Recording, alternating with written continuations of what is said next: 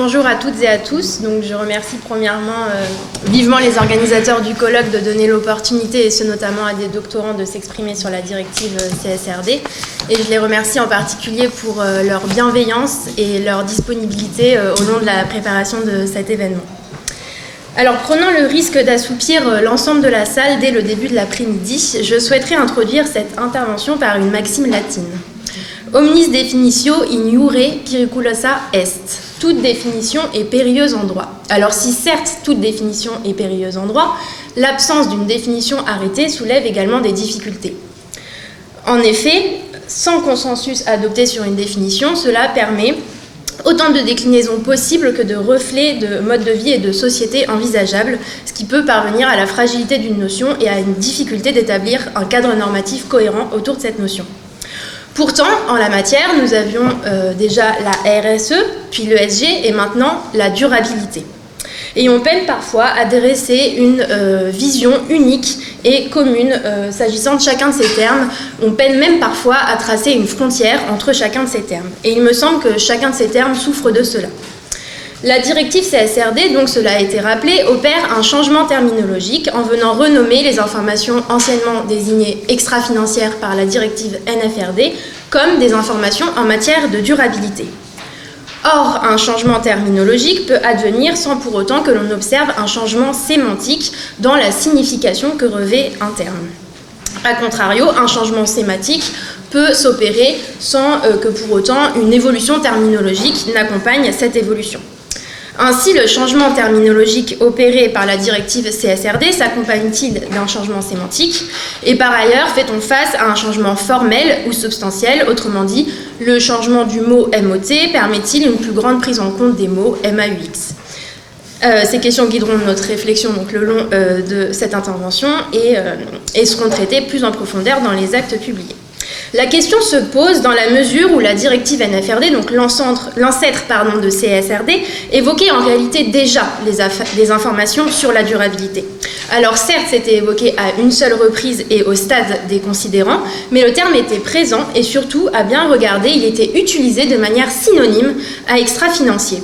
Ce qui laisse présupposer que l'adoption du terme par CSRD ne revêt qu'une modification formelle et non substantielle. Une certitude donc, le changement terminologique. On passe de information non financière, extra-financier, en dehors de la question financière, à durabilité. Une incertitude persiste, que revêt la durabilité. Avec un rythme accru ces dernières années, et cela a été rappelé en intervention du colloque, de nombreux actes juridiques de l'Union européenne promeuvent une durabilité sous son pan environnemental. Donc, on pense évidemment au règlement qui établit une taxonomie visant à favoriser les investissements durables dans l'Union européenne. Et au titre de ce règlement, durable est égal à durable sur le pan environnemental. D'autres actes s'inscrivent dans cette vision et ont été rappelés lors de l'introduction du colloque. Récemment, et avec le soutien de la directive CSRD, c'est une durabilité envisagée globalement qui prend forme. Et c'est dans cette dimension que nous tenterons de saisir la durabilité aujourd'hui.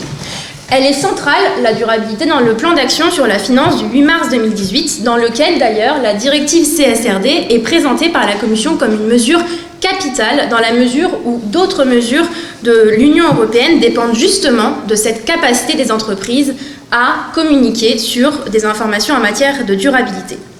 En outre, la notion figure dans les lignes directrices de la Commission sur les informations de 2017 et également celle en rapport avec le climat de 2019.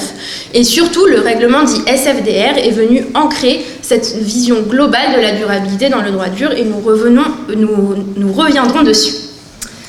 Enfin, sans la définir directement, la CSRD renvoie successivement aux dimensions de la durabilité, aux facteurs de durabilité, aux questions de durabilité.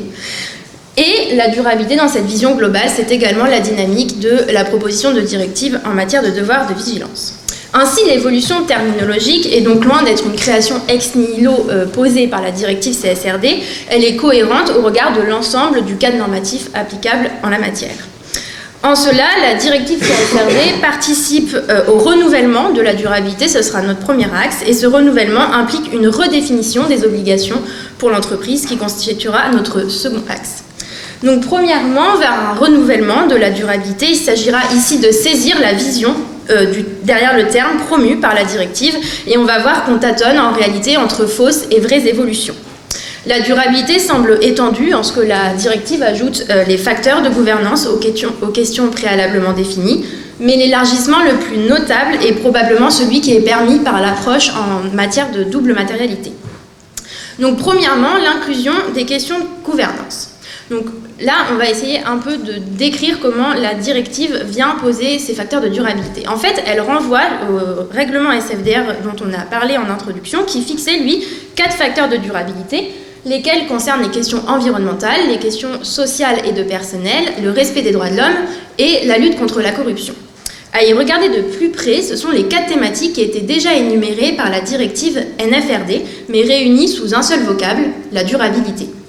Quant à la directive CSRD, elle ajoute à cette définition les questions de gouvernance et la directive a ainsi pu être lue comme venant renouveler le triptyque ESG, ce qui peut d'ailleurs, à mon sens, être discuté. En réalité, les aspects liés à la gouvernance d'entreprise n'étaient pas absents auparavant. On peut d'emblée noter que la lutte contre la corruption est souvent inscrite dans la définition couramment donnée de la gouvernance. Et par ailleurs, si on ne s'arrête pas à la définition des facteurs de durabilité du règlement SFDR, mais qu'on regarde un peu autour dans ce règlement, la gouvernance est bien présente. Elle est présente évidemment au stade des considérants, mais surtout, la définition qui est faite de l'investissement durable est la suivante: c'est un investissement qui contribue à un objectif social ou à un objectif environnemental, pour autant que les entreprises dans lesquelles ces investissements sont réalisés appliquent des pratiques de bonne gouvernance.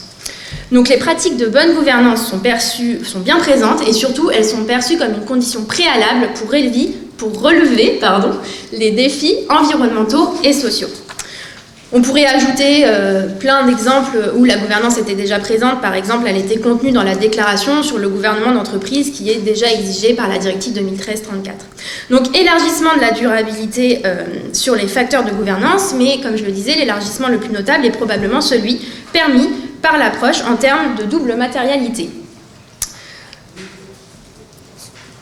Alors, la directive et les futurs actes délégués précisent plus en détail les informations que les entreprises doivent publier. Donc, les actes délégués seront adoptés à partir des projets de normes de l'EFRAG, ce qui a été expliqué en introduction du colloque. On a 12 projets de normes de l'EFRAG qui ont été adoptés, qui ont d'ailleurs été simplifiés entre avant et après la consultation publique.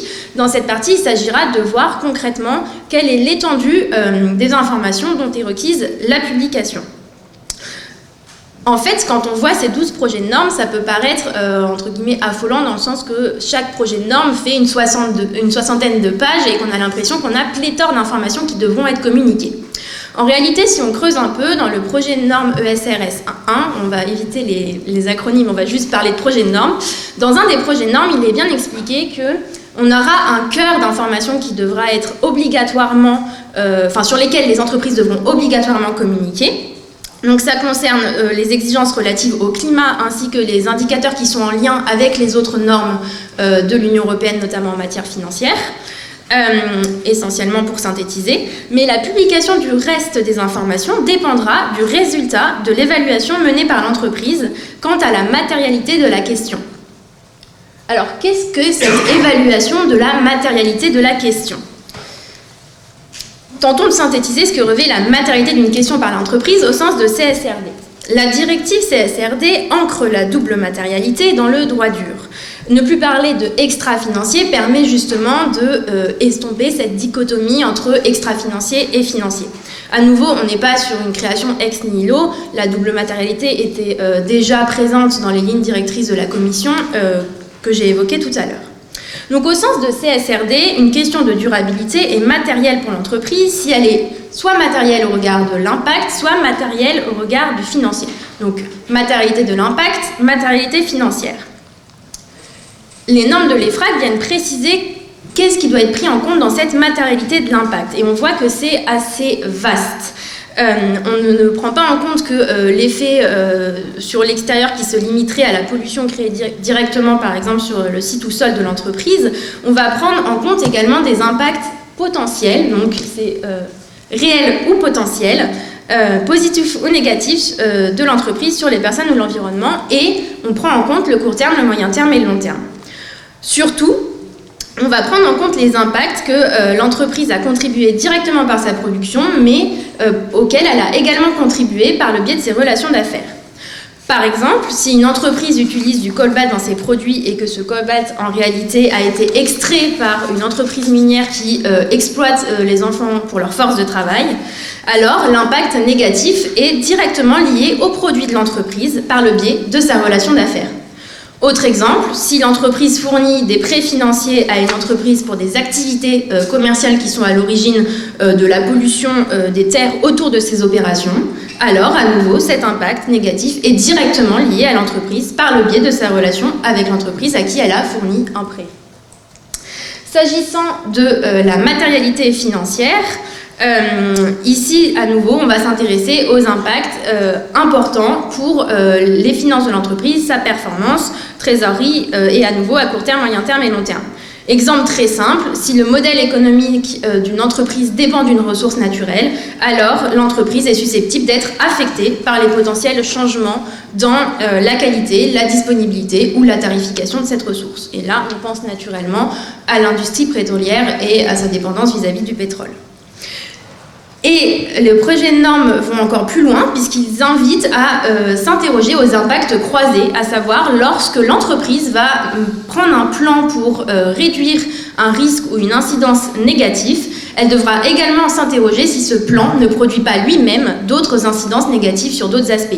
Par exemple, une entreprise qui prendrait un plan pour décarboner ses activités, elle va devoir s'interroger si, en arrêtant la production d'un produit, cela ne va pas émettre également des incidences négatives sur d'autres aspects de la durabilité en matière sociale ou financière. La directive CSRD adopte donc la double matérialité et cette vision holistique trouve son apogée dans la référence faite par la directive à la durabilité des entreprises. Elle ne se réfère pas uniquement à la durabilité, mais également à la durabilité des entreprises. Et c'est peut-être là l'évolution la plus notable. La CSRD semble définir un cap de navigation pour les entreprises, à savoir celui de contribuer positivement au développement durable. Cela fait longtemps qu'on le dit dans le droit souple, mais aujourd'hui, cela pénètre le droit dur. Et à travers cette vision globale de la durabilité, on n'est plus simplement dans une logique qui serait tournée vers l'intérêt de l'entreprise à s'engager dans la voie de la RSE. Et d'ailleurs, la proposition de directive en matière de vigilance de l'entreprise saute le pas et l'écrit mot pour mot. Il écrit mot pour mot, la présente directive vise à faire en sorte que les entreprises qui opèrent sur le marché intérieur contribuent au développement durable. C'est son considérant 14. On n'est plus donc simplement dans une logique tournée sur les bénéfices pour les entreprises et cela va au-delà de cet intérêt et surtout au-delà de la minimisation de son impact négatif. On attend d'elle un impact positif et ça devient une obligation. Ainsi, cette vision holistique s'accompagne d'une redéfinition des obligations à l'égard des entreprises, ce qui constitue notre second axe. Donc, des obligations de dire ou des obligations de faire, nous verrons premièrement que la frontière est très poreuse. Et par ailleurs, il est attendu des entreprises qu'elles adoptent un modèle de gestion leur permettant d'assurer justement leur durabilité, et c'est ce que nous verrons dans un second temps. Donc tout d'abord, des obligations de dire orientées vers l'action.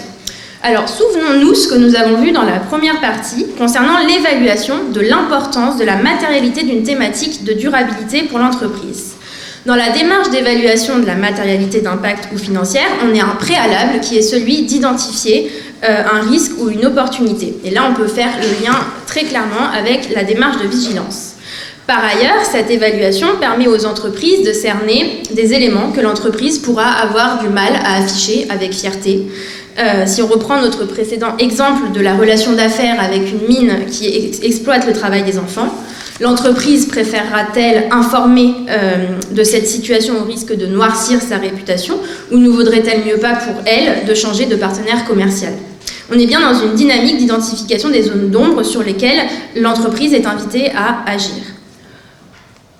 En outre, au terme de l'évaluation de la matérialité de la question, si la conclusion de cette évaluation est que la thématique est matérielle pour l'entreprise, alors l'entreprise devra divulguer les informations relatives à cette question de durabilité, et ce, conformément aux normes en matière de durabilité. Et il est inscrit dans ces normes que si l'entreprise ne peut pas communiquer l'information parce qu'elle n'a pas mis en œuvre une politique ou une action en lien avec cette thématique de durabilité, elle doit l'indiquer et surtout, elle doit indiquer un délai dans lequel elle entend mettre en œuvre cette action. Donc on est bien sur une incitation ici à agir. Dans la même veine, au titre de la directive, les entreprises doivent rendre compte des plans de l'entreprise sur la compatibilité de son modèle d'entreprise et de sa stratégie avec la limitation du réchauffement climatique et l'objectif de neutralité carbone. Et d'ailleurs, la norme EFRAG ESRS E1, dont les exigences sont obligatoires pour toutes les entreprises, définit des exigences quant au contenu de ces plans. La disposition qui exige des entreprises qu'elles publient l'information quand elles ont adopté un plan climat a pu être lue comme une obligation implicite d'adopter un tel plan. Et on voit ici l'extrême complémentarité entre les normes de l'Union européenne actuellement adoptées, comme cela a été souligné précédemment, puisque l'article 15 de la proposition de directive en matière de vigilance des entreprises oblige les entreprises à adopter un tel plan. Donc pour reprendre les termes de Benoît Lecourt, ce nouveau terme durabilité indique le ton. Il donne le ton et révèle à lui seul le caractère ambitieux du texte. Il s'agit d'aller au-delà de la publication d'informations environnementales et sociales, et il s'agit ici de publier des informations sur la façon dont les entreprises sont gérées. Les entreprises doivent être gérées de façon à assurer leur durabilité. C'est l'agenda 21 en 1992 qui l'énonçait déjà clairement et la directive CSRD vient le concrétiser. En effet, la directive impose de communiquer des informations sur les objectifs de durabilité qui sont fixés par l'entreprise, ainsi que les progrès réalisés dans l'atteinte de ces objectifs, ainsi que des informations sur le modèle commercial, la stratégie et la résilience de ce modèle et de la stratégie aux enjeux de durabilité. Ça va donc plus loin qu'une simple obligation de reporting, car ça contient en germe l'obligation pour les entreprises de se doter d'une stratégie en matière de durabilité et qui soit compatible avec les objectifs qui auront été définis. La structure des projets de normes de l'EFRAG le traduit bien d'ailleurs, puisque dans chacune de ces projets de normes, on a une sous-division ainsi formée. Tout d'abord les informations générales, puis les informations concernant la stratégie, puis la gestion des impacts, des risques et des opportunités, et enfin les mesures et objectifs.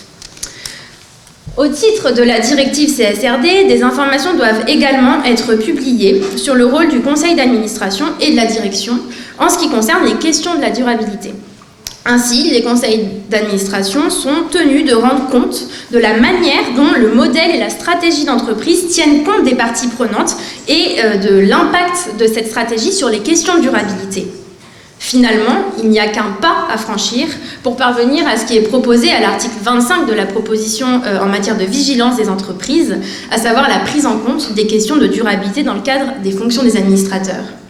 Si des craintes sont émises quant à l'adoption de cet article 25 au regard de la position du Conseil sur la question, la directive CSRD, elle, est adoptée. C'est bien réel. Et même sans cet article 25 de la directive CSDDD en matière de vigilance, les conseils d'administration des grandes entreprises devront tenir compte de la durabilité dans la définition de leur stratégie. Enfin, tout cela est renforcé par la dynamique comptable impulsée par l'obligation de vérification des informations, puisque l'emploi du terme durabilité est également justifié par la volonté de faire de ces informations des informations d'égale importance aux informations financières. Et donc je ne rentrerai pas dans le détail, mais la directive prévoit, comme cela a été mentionné, l'assurance de ces informations par un organisme tiers indépendant, ce qui est fondamental, puisque si on reprend le schéma que j'avais présenté au préalable, qui montrait quelles informations devaient être publiées, en réalité, il n'y a pas de présomption de matérialité des questions qui est posée. C'est-à-dire que si une entreprise se tait sur un aspect de durabilité, alors on jugera qu'elle a évalué que la question n'est pas matérielle pour elle. Et comme il n'y a pas de présomption de matérialité, il semble essentiel qu'on ait une assurance de ces informations et que ces OTI soient dotés de moyens suffisants pour pouvoir également vérifier la justesse du silence des entreprises sur certaines questions. Pour conclure, nous l'avons vu au long de cette intervention, ce changement terminologique s'accompagne de fausses mais également de réelles évolutions. Nous nous sommes interrogés quant aux implications du changement terminologique, mais nous aurions aussi pu questionner le choix même du terme durabilité pour remplacer l'ancien terme. Puisque en français, nous utilisons le même terme français durable pour l'utilisation pour désigner l'anglais tant durability que sustainability. Et cela pose question et réouvre le débat désormais bien tracé concernant le choix de durable plutôt que soutenable lorsqu'il a fallu traduire le Sustainable Development. Quoi qu'il en soit, le terme durable s'ancre davantage dans le vocabulaire juridique de l'Union européenne ces dernières années avec l'ensemble des textes en matière de durabilité qui sont adoptés, si bien qu'une réelle dépendance de sentier pourrait être en train de se créer et il me semble difficile à présent de revenir sur le choix de ce terme. Je vous remercie pour votre attention et je passe la parole au professeur Rémi Dalmau.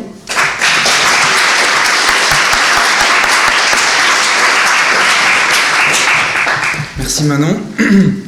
Moi, je pense que vous avez raison, l'évolution elle est tant formelle que substantielle, puisque le fait de vouloir créer un cadre normalisé d'information, de reporting, ça va avoir une influence nécessairement sur l'activité des entreprises. Et ça, vous l'avez bien montré, parce que finalement, on distingue souvent les obligations de dire des obligations de faire, mais en élargissant, en utilisant le mot durabilité, les éléments que les entreprises doivent publier, vous avez mentionné la gouvernance, mais pour moi la gouvernance c'est central, c'est-à-dire qu'à partir du moment où vous êtes obligé d'expliquer ce que vous faites par rapport à la durabilité en tant qu'organe d'administration, finalement vous êtes obligé déjà de regarder si vous faites quelque chose, de voir si vous faites suffisamment et de le publier. Et le fait de le rendre transparent, ça va nécessairement avoir une influence sur la manière de gérer les entreprises.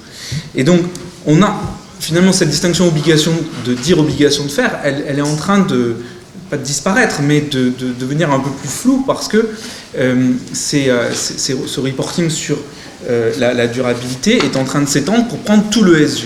Et tout le ESG, on a donc la gouvernance. Enfin, quand on lit la directive, on se rend compte que, bon, ça n'apparaissait pas dans le reporting extra-financier auparavant, mais quand on dit que l'entreprise doit expliquer le degré d'implication des équipes dirigeantes, voire les incitations financières qu'elles peuvent recevoir, ça veut dire que finalement, il va falloir mettre dans la manière de gérer l'entreprise les questions de durabilité.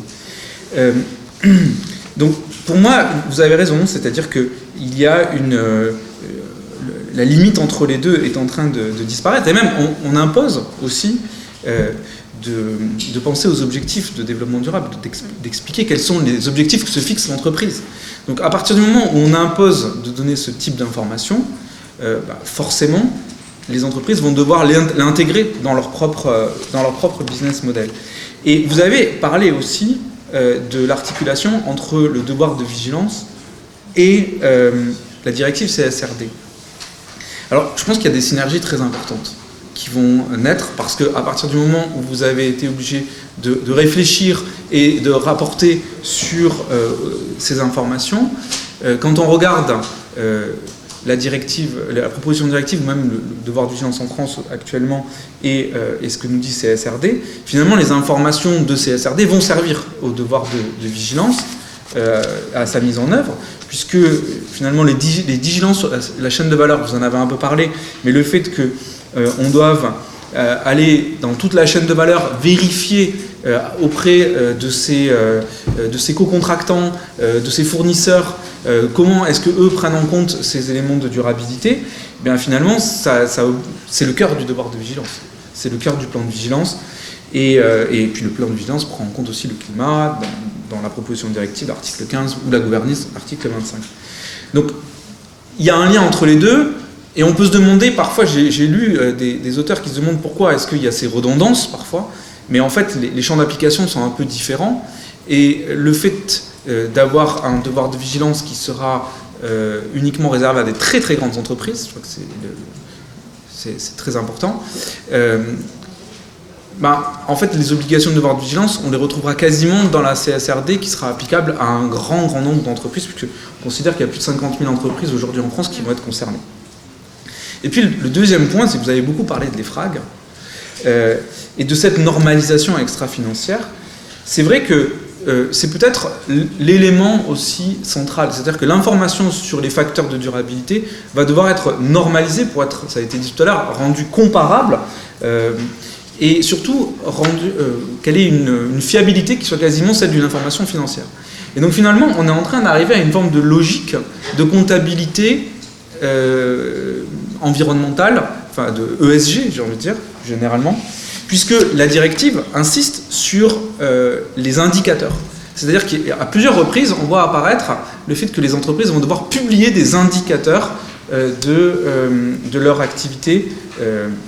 Et ici, on est vraiment dans une logique d'analyse financière quasiment, voire des indicateurs monétisés parfois, ce qui, à mon sens, est là une des évolutions très importantes en matière d'information sur la durabilité, puisque à partir du moment où on va avoir des indicateurs, finalement on va se demander si l'étape d'après, c'est pas celle de faire rentrer ces indicateurs dans la comptabilité, alors peut-être pour calculer le profit d'entreprise, je ne suis pas sûr qu'on y arrive, mais on pourra peut-être les utiliser, on peut évidemment l'imaginer, il y a des auteurs comme Jennifer Bardi qui plaident en ce sens, mais on peut aussi imaginer que, sans même avoir à faire rentrer dans la comptabilité, si on a des indicateurs précis, à partir du moment où une décision est prise de gestion, si on voit les indicateurs ESG qui sont ceux de la directive se dégrader, est-ce que ça ne va pas donner des idées aux associés ou à des tiers,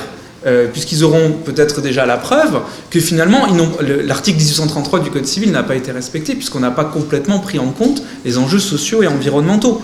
Alors il faudra toujours trouver la question d'une autre causalité, mais on va peut-être avoir des nouvelles types d'actions en responsabilité parce qu'on aura l'information. Et ça c'est très important.